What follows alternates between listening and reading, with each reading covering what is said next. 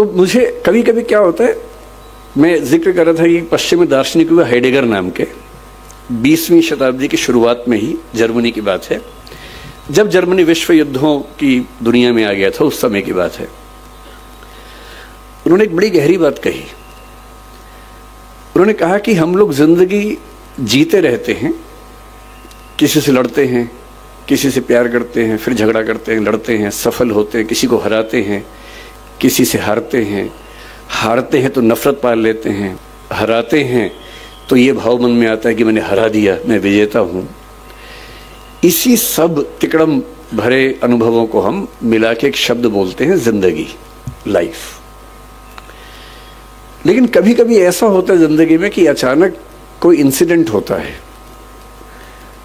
वो इंसिडेंट क्या होता है, जैसे मान लीजिए कि मैं और मेरा दोस्त सड़क पे जा रहे हैं, अचानक एक ट्रक की कार ब्रेक फेल हुई, उसे टक्कर मारी और मेरे साथ जो मेरा दोस्त था उसकी मौत हो गई और मैं बच गया।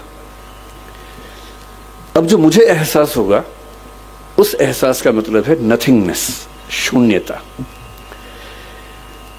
उस मोमेंट पे, उस क्षण में ये लगता है कि क्या है जिंदगी में ऐसा, और मैं जो इकट्ठा करने में लगा हूं, मैं जो ताकत के पीछे भाग रहा हूं, मैं जिस 8 साल बाद की प्रमोशन के लिए अभी से रात दिन जुटा हुआ हूं, ये सब तो 1 सेकंड का खत्म होने का वाला खेल है।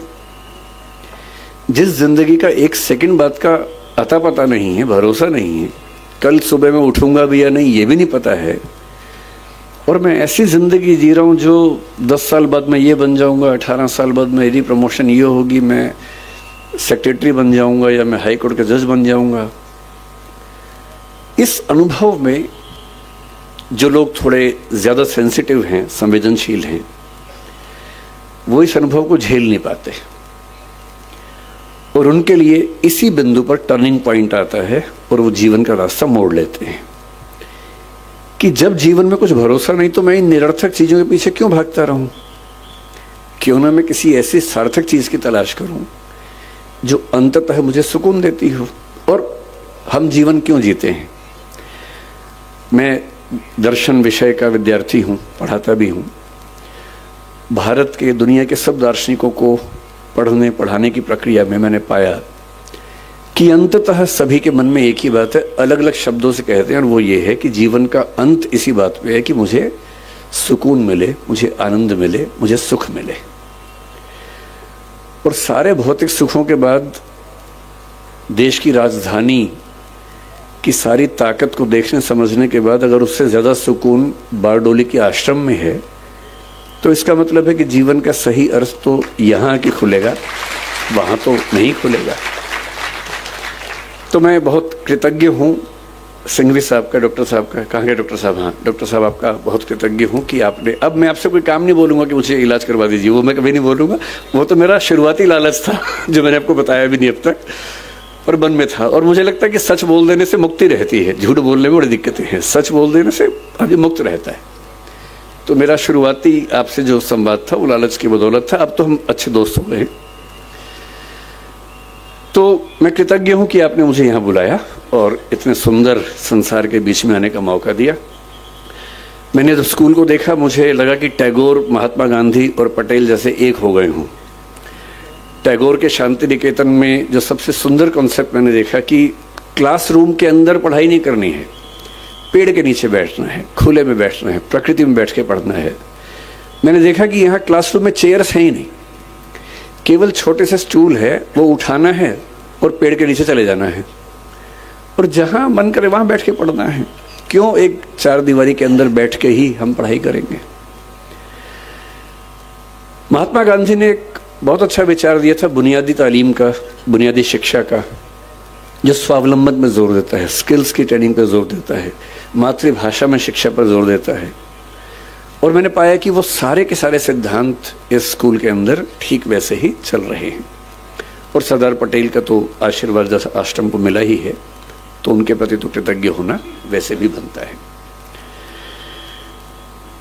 दूसरा, मैं थोड़ा सा मुरारी बापू साथ में हैं, उनका जिक्र करके फिर मैं अपने मूल विषय पे आता हूं, सरदार पटेल पर। मेरा आज तक ऐसा सौभाग्य नहीं हुआ कि मैं किसी कथा में जाके सुन सकूं, और मैं बहुत संदेह करने वाला व्यक्ति हूं, मैं बहुत विश्वास करने वाला व्यक्ति हूं नहीं। मैं ईश्वर को लेके भी उतना आग्रही नहीं हूं। मुझे फिलॉसफी पढ़ते पढ़ते ज़्यादा संदेह मन में रहता है, बहुत ज़्यादा।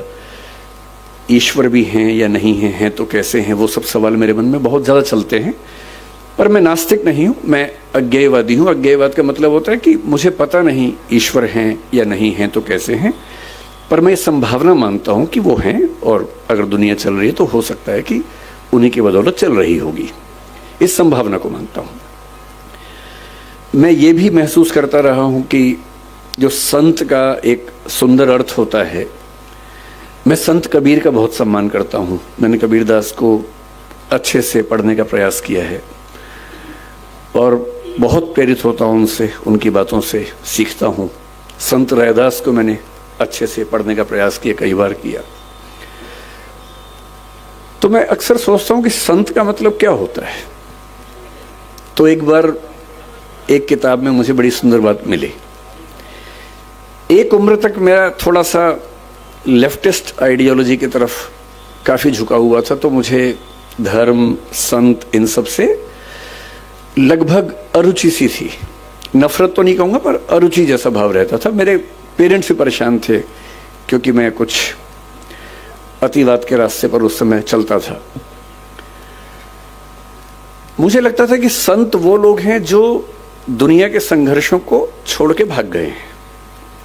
अरे भाई, मैं बुद्ध को पढ़ता था, महावीर, वर्धमान महावीर को पढ़ता था। मुझे लगता था कि क्यों ऐसा करते हो भाई, सब लोग स्ट्रगल कर रहे हैं, रोजी रोटी का संकट सबके सामने है, सबके बच्चे हैं, उनकी शादी होगी नहीं होगी, करियर होगा नहीं होगा, इतना इतना स्ट्रगल है। उस स्ट्रगल से हम तटस्थ हो जाएं, ये मुक्ति कैसे हो सकती है। फिर एक बार मेरे हाथ में किताब लग गई, क्योंकि मुझे किताब पढ़ने का शौक है और मेरे सबसे अच्छे दोस्त अगर कोई हैं तो किताबें ही हैं। और एक किताब इसी विषय पर मैंने पढ़ी कि संत होने का मतलब क्या होता है। तो उसमें बड़ी सुंदर एक व्याख्या थी कि संत वो नहीं है जो दुनिया की मुख्य धारा से भाग गया है। संत वो है जो जानता है कि अगर वो मुख्य धारा में उतर गया तो शायद सबको हरा देगा, पर वो उतरने से पहले ही जानता है कि सबसे जीत के भी कुछ हासिल नहीं होगा। और इसी बात को कुछ और लोगों ने दूसरी भाषा में कहा, The most interesting thing about the rat race is that even if you win, you are still a rat. चूहों की दौड़ की सबसे रोचक बात यह है कि अगर आप जीत भी जाएं तो भी चूहे ही रहते हैं। और जिससे समझ लिया कि चूहा होना ही नहीं है, तो चूहों की दौड़ में दौड़कर किसको जीत के दिखाना है। अगर मैं जीत के दिखा भी दूं, अगर मैं जीत के दिखा दूं, किसको दिखाना है। क्या कोई इतना महत्वपूर्ण है कि उसको दिखाने के लिए मैं अपने 10 साल खराब कर दूं या 20 साल खराब कर दूं? क्यों दिखाऊं? और अंततः तो साक्षी भाव से खुद को ही देखना है। और यदि मैं अपनी चेतना के सही रास्ते पे नहीं हूं, तो दुनिया की नज़र में कितने भी सही रास्ते पे हूं, वो सही रास्ता कैसे हो सकता है। मेरा सही रास्ता तो मेरी चेतना, मेरी अंतरात्मा तय करेगी। और यदि मेरी अंतरात्मा इस बिंदु पर सुकून महसूस करती है कि मुझे उस चूहों की दौड़ में शामिल होना ही नहीं है, तो नहीं होना है। और मैं कल से, मुझे डॉक्टर सिंघवी साहब ने कई जिक्र किए बापू के, कि कैसे उनकी कथा में लोग, और गुजरात के लोग कितने दानी हैं वो भी पता लगा। सूरत के बारे में विशेष रूप से पता लगा कि 50 करोड़ 100 करोड़ का दान हुआ, एक अस्पताल बन गया। फिर कथा हुई, फिर 125 करोड़ का दान हो गया, इससे एक और अस्पताल बन गया। इतना कंट्रीब्यूशन तो बड़े बड़े मंत्री, नेता और IAS नहीं कर पाते। तो उससे लाख गुना अच्छा है कि हम संत बन के ही अपना काम करें और समाज के लिए जो कर सकते हैं वही करें। तो मैं बापू बहुत कृतज्ञ हूँ कि मैं तो इस लालच में था कि मैं ज़्यादा सुनूंगा, पर मुझे बताया गया कि मुझे सुनाना ज़्यादा है, सुनना कम है। ये वैसे ज्यादती है, बहुत बहुत ज्यादती है आपकी कि मुझे ज़्यादा समय दिया आपने और बापू कम बोल रहे हैं। इसका उल्टा होना चाहिए था, पर ठीक है, आपने अपना कुछ मुझे सोची होगी इसके पीछे।